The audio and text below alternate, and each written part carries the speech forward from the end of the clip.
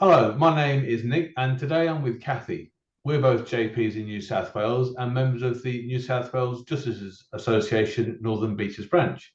Hi, Cathy, and thank you for taking some time to talk about your experiences as a JP in New South Wales.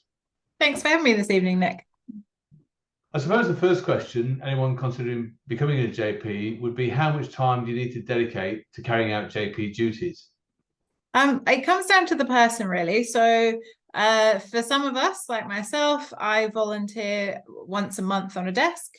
A lot of people do that. Other people might do several times in a week if they have the time, and other people would do less. It really just comes down to how much time you've got available. So really, you're able to fit signing documents around your current job. Do you work full time? I do, yeah. I think I've got this in common with you, Nick, that we both became JPs because of work purposes. So it's something that I became a JP at work because we needed a JP and I like volunteering. So I decided maybe I could do some volunteering off the back of it as well. Okay, so it's a great way to volunteer around your work and home life. Yep, Why definitely. did you become a JP? So for me, I really like the challenge of it. Keeps my brain ticking over. I also like that I get to meet all sorts of different people that I probably wouldn't meet in my normal life as well. And I just like giving back something back to community as well. So do you think there may be a stereotype that becoming a JP is only for the retired? Yep, definitely.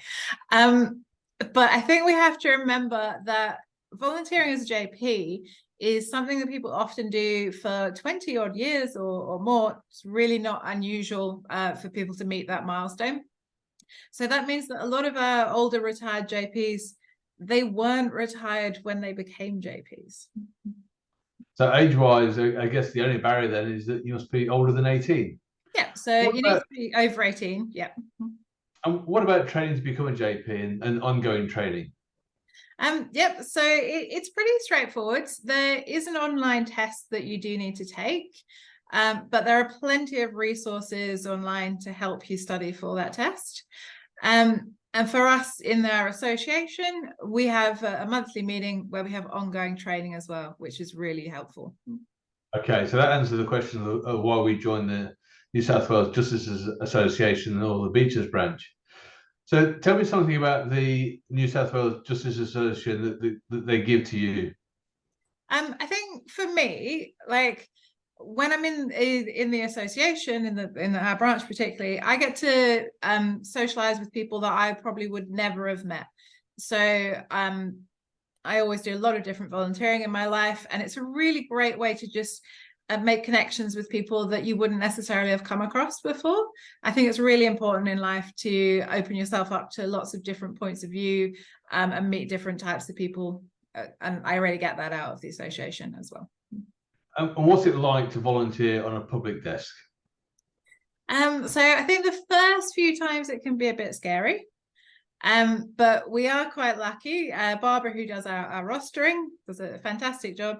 She will basically partner you up with somebody much more experienced for your first few months until you get a lot more comfortable.